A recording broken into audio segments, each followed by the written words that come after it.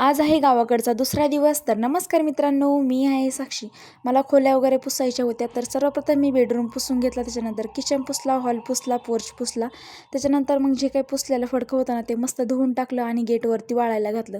आणि राहिलेलं पाणी ना मी झाडाला घालते कायमच. झाडाला पाणी घातल्याच्यानंतर बादली धुवून टाकली. त्याच्यानंतर ब्रश केला, फेसवॉश केला. फेसवॉश काय मी आणला नव्हता, तर मग हा दुसराच फेसवॉश लावला मी. त्याच्यानंतर मला स्किन केअर करायचं होतं आणि वावरामध्ये जायचं होतं. तर स्किन केअरमध्ये मी मॉइश्चरायझर आणि सनस्क्रीन लावली होती.